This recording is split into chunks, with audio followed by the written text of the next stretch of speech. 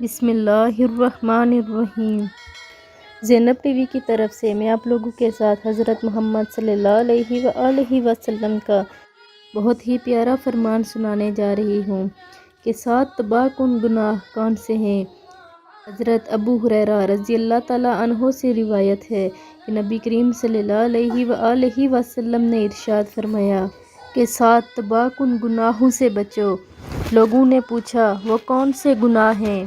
آپ صلی اللہ علیہ وآلہ وسلم نے ارشاد فرمایا، اللہ کے ساتھ کسی کو شریک کرنا، جادو کرنا، کسی کو ناحق مار ڈالنا، سود کھانا، یتیم کا مال ہڑپ کر جانا، میدان جنگ سے بھاگ جانا، نیک عورتوں پر تہمت لگانا۔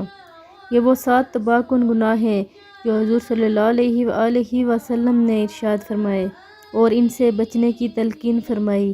بخاری شریف کی حدیث مبارکہ ہے۔ اللہ تعالی ہمیں ان گناہوں سے بچنے کی توفیق عطا فرمائے، آمین ثم آمین۔